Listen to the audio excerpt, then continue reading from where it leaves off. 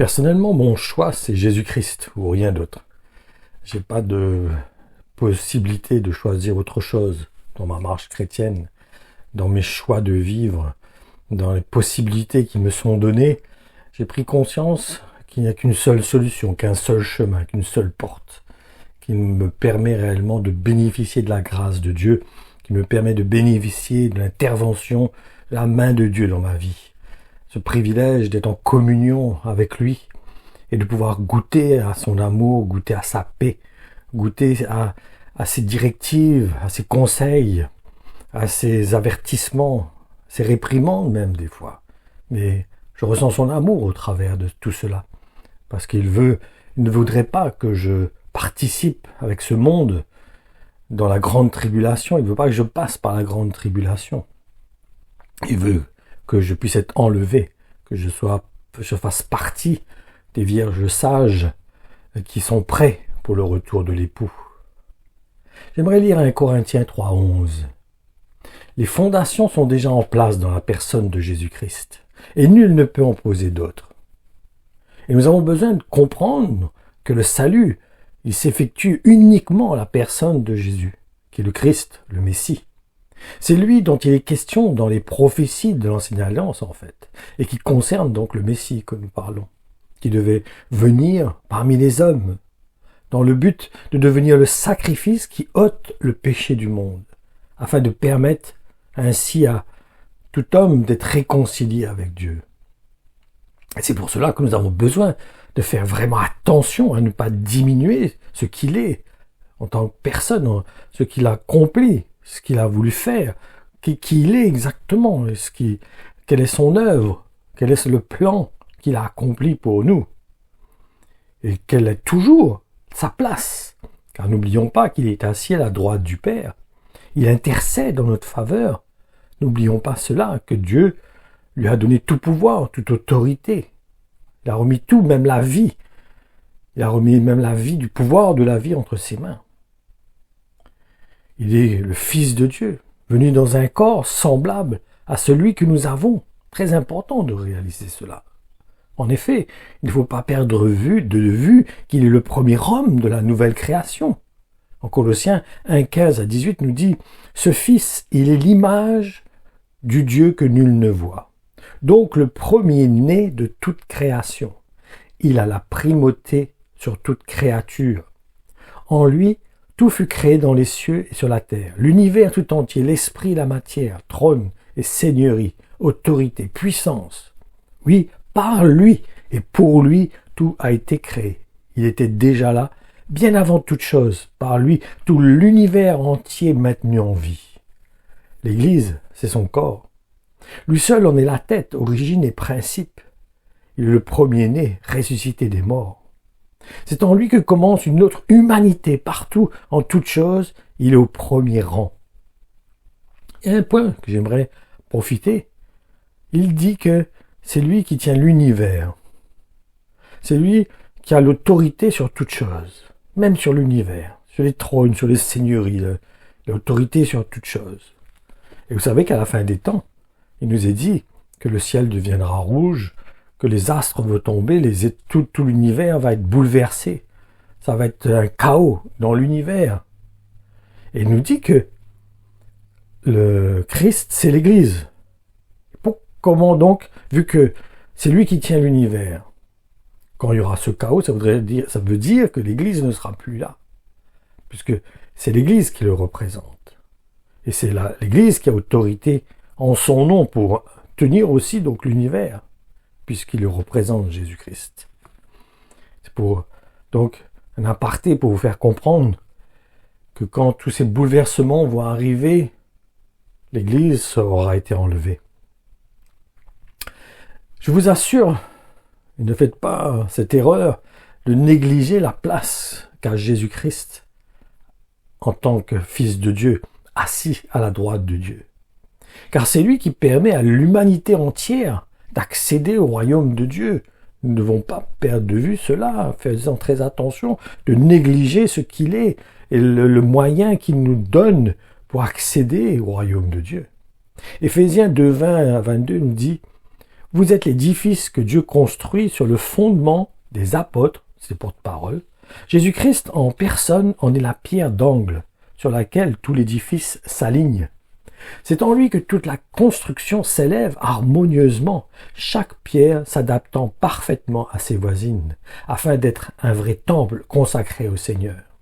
Par votre union avec le Christ, vous avez été intégrés à ce sanctuaire avec les autres, pour former une demeure où Dieu habite par son esprit. Il y a un point qu'il faut vraiment prendre en compte, c'est celui de la place du Saint-Esprit dans notre vie. En effet, c'est Dieu qui a envoyé le Saint-Esprit dans les cœurs de tous ceux qui ont placé leur confiance en Jésus-Christ, afin qu'il soit le trait d'union entre lui et nous. Comme il était aussi, d'ailleurs, le trait d'union entre Jésus-Christ et Dieu le Père. Voyons Galates 3, 1 et 2. Je ne vous poserai qu'une seule question. Comment avez-vous reçu le Saint-Esprit? Était-ce parce que vous aviez accompli strictement les œuvres exigées par la loi? Parce que vous aviez observé toutes les ordonnances rituelles? Ou bien plutôt parce que vous avez accueilli avec foi le message de la bonne nouvelle? Et non, bien sûr, c'est par la foi que nous avons reçu l'Esprit Saint. C'est parce que nous avons placé notre confiance en Jésus, qui est le Christ. Nous avons mis toute notre confiance en lui. Nous avons reconnu ce qu'il est. Et c'est cela qui a fait, qui nous a permis de recevoir le Saint-Esprit en nous. C'est encore pour montrer quelle est l'importance de Jésus-Christ. Et que le Père l'a accrédité parce qu'il a obéi jusqu'à donner sa vie. Il a tant souffert par obéissance. N'oublions pas cela. Ma conclusion, Jésus-Christ est la pierre d'angle, tout l'édifice. Donc, la pièce maîtresse qui permet à l'homme d'être sauvé. N'oublions pas cela. C'est dans ce sens que nous avons besoin de considérer à sa juste valeur ce qu'il est, en tant que Fils de Dieu, assis à la droite du Père. Maintenant, je vous encourage vivement à écouter ces versets que je vais lire, car vous serez pleinement bénis. En effet, vous pourrez constater que Dieu le Père et Jésus-Christ sont bien des personnes bien distinctes, malgré ce que certaines personnes enseignent, alors que ce n'est pas ce que les apôtres disent.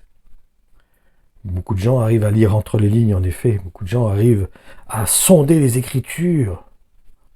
Derrière les miroirs, ils voient des choses que personne ne voit. Ils ont des révélations que même les apôtres n'ont pas communiquées. Oh là là, incroyable. Mais passons. Donc je vais commencer par Colossiens 1, 19 à 20. Car Dieu l'a décidé, toute la plénitude doit demeurer en lui. Lui seul réconcilie l'univers avec Dieu. Dans les cieux, sur la terre, Dieu fait régner la paix par le sang que son Fils a versé. Jean 14, 1 et 2. Jésus dit, ne soyez pas inquiets, que votre cœur ne soit pas troublé. Vous avez foi en Dieu, ayez aussi foi en moi. Dans la maison de mon Père, il y a beaucoup de place. Si ce n'était pas vrai, est-ce que vous aurez dit que je m'en vais pour vous y préparer une demeure? Jean 14, 6, 12 et 13. Le chemin, répondit Jésus, c'est moi, parce que je suis la vérité et la vie. Personne ne parviendra jusqu'au Père sans passer par moi. Vraiment, je vous l'assure, celui qui croit fermement en moi accomplira lui-même les œuvres que je fais. Il fera même de plus grandes choses, parce que je retourne auprès du Père. Et quoi que ce soit que vous demandiez en vous recommandant de moi, je le réaliserai pour que par le Fils, la gloire du Père devienne manifeste. Jean 8, 58 maintenant nous dit « Vraiment, je vous l'assure, leur répondit Jésus, avant qu'Abraham soit venu à l'existence, moi, je suis. » Tous ces versets nous encouragent à vraiment nous affermir, comprendre la place qu'a Jésus dans le plan du salut et ce qu'il est en tant que divinité et ce qu'il a manifesté en s'humiliant, en prenant un corps semblable à nous pour devenir l'offrande qui nous sauve, qui nous permet d'avoir accès au salut. Il ne faut pas négliger cela. Et maintenant, je vais lire Acte 4, 10 et 12. Ah, mes pauvres amis Galates, que vous êtes donc insensés. Qui vous a fasciné ainsi? On dirait que vous avez été ensorcelé. Ne vous ai-je pas dépeint Jésus-Christ, le crucifié, comme s'il avait été cloué à la croix sous vos yeux? Où est restée votre compréhension de sa mort? Eh bien, puisque vous voulez le savoir, apprenez donc que c'est au nom de Jésus-Christ de Nazareth que nous avons agi. Il faut que tout le peuple d'Israël le sache. Oui, ce Jésus, vous l'avez envoyé à la croix, mais Dieu l'a ressuscité d'entre les morts. Or, c'est par lui que cet homme se tient là debout devant vous, en parfaite santé, comme vous le voyez. Dans l'Écriture, il est question d'une pierre mise au rebut par les constructeurs et qui est devenue la pierre la plus importante, celle qui tient tout l'édifice. La pierre, c'est Jésus. Et les constructeurs, c'est vous. En lui seul et en aucun autre se trouve le salut. Dans le monde entier, parmi tous les noms donnés aux hommes, il n'en existe aucun autre par lequel nous puissions être sauvés. 1 Corinthiens 11.3 nous dit « Je voudrais cependant attirer votre attention sur un point. Comme le Christ est le chef de tout homme, l'homme est le chef de la femme, alors que le chef du Christ, c'est Dieu. » Vous voyez qu'il y a une hiérarchie. Ça ne veut pas dire qu'on est égaux 100%. Il y a une hiérarchie qui existe. Aussi bien le Fils est soumis à son Père, l'homme est soumis à Christ, la femme est soumise à l'homme. C'est une hiérarchie. Dieu. Si Christ accepte cela, je ne vois pas qui nous sommes nous pour nous rebiffer contre un ordre qui est établi. Maintenant, bon, chacun fait ce qu'il veut. 2 Corinthiens 11.2 nous dit « Car je vous aime jalousement, c'est vrai, mais d'une jalousie sainte telle que Dieu l'éprouve.